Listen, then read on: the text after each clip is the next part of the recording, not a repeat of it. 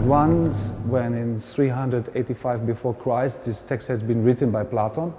It was the book is called Politeia. It's about the status quo of what we will call today the politics and how the people should live together. And the seventh book is this allegory, and it's a dialogue system between Glaucon and Socrates. And in a way, Socrates is kind of trying to make a difference between the two worlds, the world of the real things and the world of the ideas. And then the cave, I think it's a metaphorical thing. We don't have any drawings or any visual material about that. It's more about the speaking, you know. And for me, it's a very strong allegory because it simply kind of embodies a very actual and current problem. The problem is that we have on one surface, we can touch our smartphones or computers and we have access to a universe of information, and we have to make a selection. And if we look at the universe of pictures, for instance, we have to make a distinction. The ones we want to see, the ones we like and the ones we dislike. And the problem is that the quality and the quantity is going like, you know, in two different directions. And I think the Platon allegory gives us some parameters of quality, how to judge. So first of all, we have to increase our imagination as a capacity of anthropological possibilities of a human being. And now we are not Homo sapiens sapiens, but maybe we are Homo sapiens sapiens media. So we have even more capacity.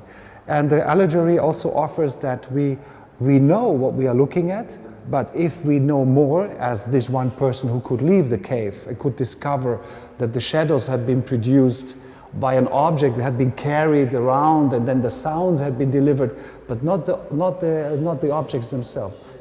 That we would call it today a representation of the object, as it is embodied in the shadow. And then when it was revealed as there's a truth behind we didn't know before, this person who returned to the cave had been killed. I think that is a dramatic truth in it, because, you know, every revolutionary and all people with strong visions, you know, which is not being accepted by the majority and the average of the people, are facing this kind of tragic kind of component. And this exhibition tries to kind of reinforce our skepticism. It's not very optimistic what I'm going to present. It's, in a way, it shows that it's all about our perception, about how we use our knowledge. Looking at these photos, looking at these projections, did we really see a shadow? Who's going to act in front of us? We don't have this information. We are kind of representing ourselves. We see ourselves represented as a shadow. What does it mean in media times? What is the quality of a human being? What is the status quo? I think this is basically the point of departure for this project.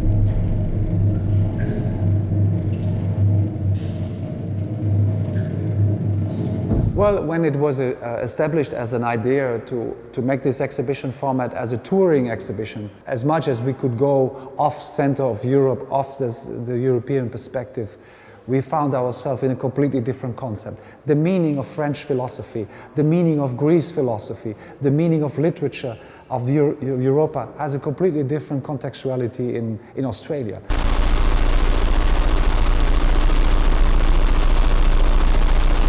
I think that light embodies two souls in the same place, you know. The one soul, when we look at the myths of the 18th century, that was the moment we call this moment of enlightenment, and that has a strong impulse in philosophy and also so lots of monarchies have been converted since then into democracy and republics and so, things like that. That is one part, but there's another part which is also quite interesting. Light has a very positive connotation, but if you have too much light, the plants will die because they simply dry down. And I think in this ambiguity, my work tries to balance and maybe stays a little bit unbalanced. And I think people should realize, okay, this exhibition space is a little bit too dark to see the images in a proper way, but they also encounter to look in a different way on the situation, to go around the corner, to experience that, to have a confrontation with their own shadow. And I think this is more an invitation of a critical position rather than an invitation to just have the good parts of the medal. We also show the dark side of the light.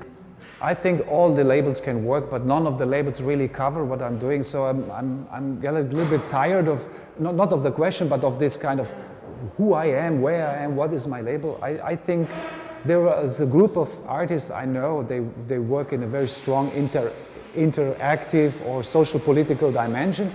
And looking at this picture, I have to admit that maybe conceptual artist is the broadest sense to cover what I'm doing for more than 30 years now.